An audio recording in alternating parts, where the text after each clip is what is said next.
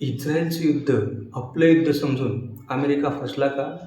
जी चूक रशियाने केली होती, युक्रेनला लहान समजून, तीच चूक अमेरिकेने केली का? अमेरिकेसारखा सुपर पॉवर देश जेव्हा अशी घोड चूक करतो, तेव्हा अख्ख्या जगाला भोगावं लागतं. आज जवळपास तिसरं महायुद्ध व्हायच्या तोंडावर आहे. आज अमेरिकेचेच लोक रस्त्यावर उतरले आहेत, युद्ध बंद करा म्हणून. आम्हाला गरज नव्हती म्हणतात युद्धाची. काय गरज होती मध्ये पडायची? कारण आज लाखो करोडो रुपये खर्च होत आहेत आणि विशेष म्हणजे विनाकारण सैनिक अमेरिकेचे मारले जात आहेत. एका दिवसाचा विचार केला, ज्या दिवशी युद्ध सुरू झालं त्या दिवशी जवळपास 6,500 करोड रुपयाचा एका दिवसाचा खर्च झाला.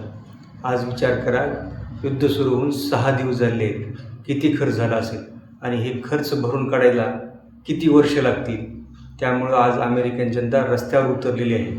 अशा घोडचुका अमेरिकेकडून होणं म्हणजे हे आहे ना, एखाद्या देशाला तुम्ही गुन्हेगारी प्रवृत्तीनं त्याच्यावर कब्जा करायला पाहताय, हे चुकीचं आहे.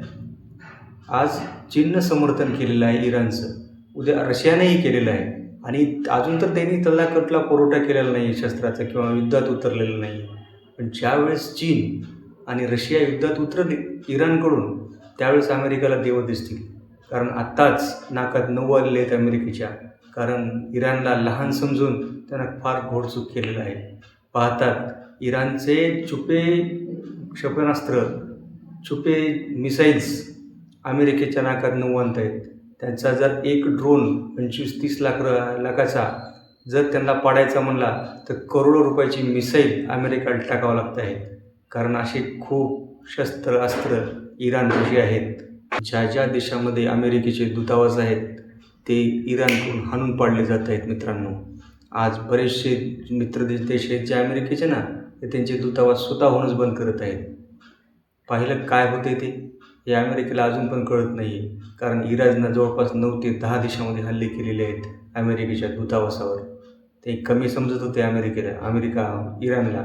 इराण पण दाखवून देत आहे की आम्ही कमी नाही आहे. कारण तुम्ही इराण ज्या माणसाला देव मानत होता त्या माणसाची तुम्ही हत्या करता, मग इराण कसं गपचूप बसेल?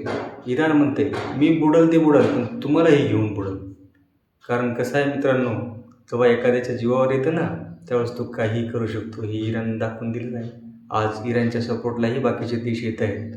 ते जर युद्धात उतरले ना, महायुद्ध व्हायला वेळ लागणार नाही आहे.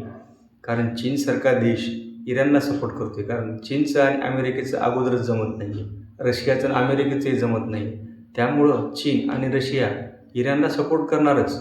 आता खरी डोकेदुखी अमेरिकेला आत्ता झालेली आहे. कारण आता अमेरिकेला धरताही येणार, सोडताही येणार.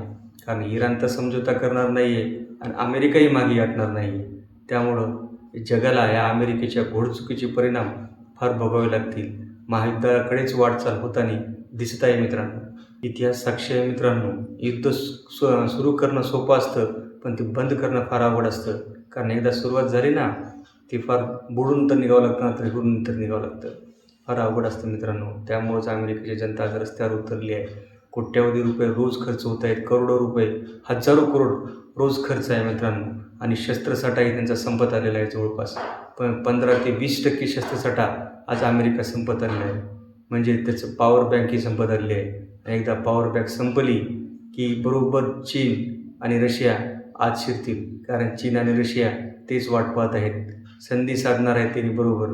जेव्हा अमेरिका थकल त्यावेळेस हे दोघं इराणकडून युद्धामध्ये उतरतील आणि अमेरिकेला दाखवून देतील की अमेरिकेने किती मोठी चूक केली आहे. आता अमेरिका मित्रांनो पूर्णपणे फसलेला आहे. पूर्णपणे त्याला धरताही येत नाही, सोडताही येत नाही.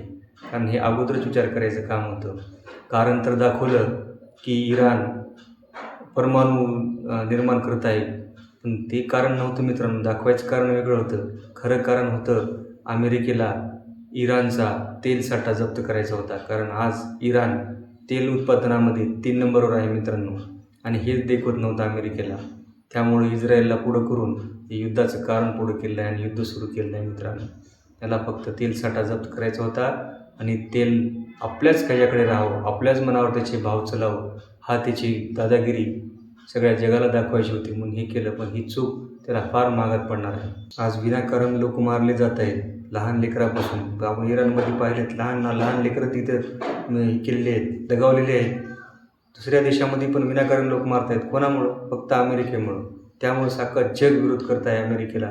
काही जर देश सोडले तर सगळं जग आज अमेरिकेला विरोधात आहे. हे अमेरिका एवढी खोडचूक कशी करू शकतो? आणि विशेष म्हणजे भारतानं अजून कोणाकोणीही काही बोललेलं नाही याच्यामध्ये. पण गरज पडली तर भारत ज्या साईडला रशिया असेल त्या साईडला भारत पण जाईल हे नक्की. म्हणजे जवळपास इराण साईडला भारत जाऊ शकतो. कारण अमेरिकेला अमेरिकेची चूक कळूनही आता फायदा नाही आहे. कारण आता अमेरिका मागे हटू शकत नाही आहे आणि इराण पण मागे हटू शकत नाही. त्यामुळं हे तिसऱ्या युद्धाकडे वाटचाल होताना दिसत आहे मित्रांनो. व्हिडिओला लाईक, शेअर आणि सबस्क्राईब करायला विसरू नका.